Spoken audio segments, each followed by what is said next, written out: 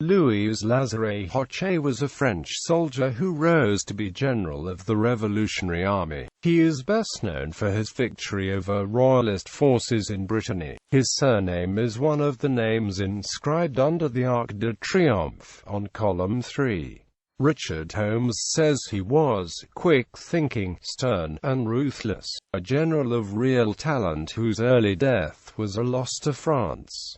Early life. Born of poor parents near Versailles, he enlisted at 16 as a private soldier in the Gardes Françaises.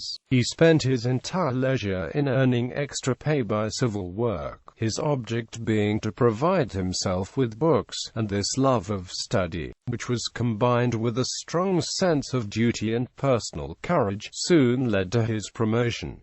Revolutionary Army career. When the Gardes Françaises disbanded in 1789, he had reached the rank of corporal, and thereafter he served in various line regiments up to the time of his receiving a commission in 1792.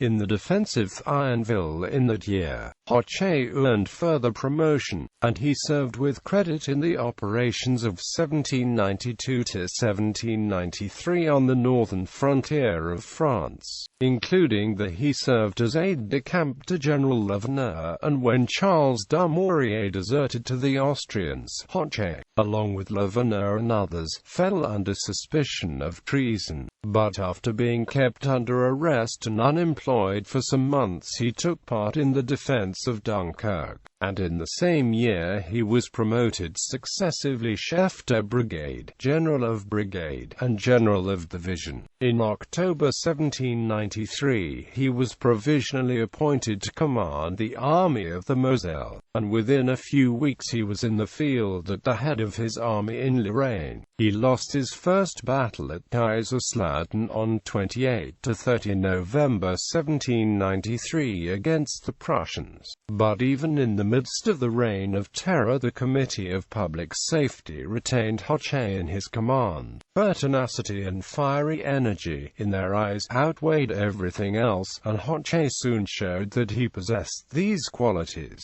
On the 22nd of December 1793 he won the Battle of Frocheville, and the representatives of the National Convention with his army at once added the Army of the Rhine to his sphere of command. In the Second Battle of Wissembourg on the 26th of December 1793, the French drove Dagobert Sigmund von Worms's Austrian army from Alsace. Hoche pursued his success, sweeping the enemy before him to the Middle Rhine in 4 days. He then put his troops into winter quarters. Arrest. Before the following campaign opened, he married Anne Adelaide de Coed-Thionville, but 10 days later he was suddenly arrested, charges of treason having been proffered by Charles Pichegru, the displaced commander of the Army of the Rhine, and by his friends. Hoche escaped execution, however, though imprisoned in Paris until the fall of Maximilien Robespierre. War in the Vendée. Shortly after his release he was appointed to command against the Vendéans. He completed the work of his predecessors in a few months by the Peace of Joinville, but soon afterwards the war was renewed by the Royalists. Hoche showed himself equal to the crisis and inflicted a crushing blow on the Royalist cause by defeating and capturing de Sombril's expedition at Quiberon and Pentheva. Thereafter, by means of mobile columns, he succeeded before the summer of 1796 in pacifying the whole of the West, which had for more than 3 years been the scene of a pitiless civil war. Ireland and Austria. After this, Hoche was appointed to organize and command the Ireland expedition, of troops sent to assist the United Irishmen in the rebellion against British rule. A tempest, however, separated Hoche from the expedition, and after various adventures the whole fleet returned to Brest without having effected its purpose. Hoche was at once transferred to the Rhine frontier, where he defeated the Austrians at the Battle of Neuwied in April 1797, though operations were soon afterwards brought to an end by the preliminaries of Leoben.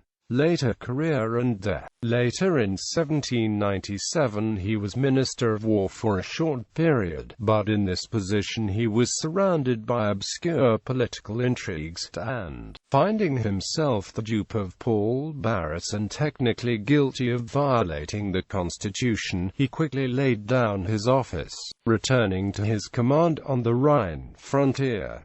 But his health grew rapidly worse, and he died at Wetzlar on 19 September 1797 of consumption. The belief spread that he had been poisoned, but the suspicion seems to have had no foundation. He first was buried next to his friend François Marceau in a fort at Koblenz on the Rhine. In 1919, the French Rhine army buried his mortal remains into the 1797-built monument General Hoche in Weissenthurm near Neuwied, where he had started his last campaign against the Austrians. Memorials. He is commemorated by a statue in Place Hoche, a garden square not far from the main entrance to the Palace of Versailles. Another statue, the last major work by Jules Delou, is in Quiberon, Brittany. In Les Invalides, where Napoleon's tomb is enshrined, there is also a memorial to Hoche. A station on the Paris metro is also called Hoche. Hoche's motto was res non verba, which is Latin for deeds, not words.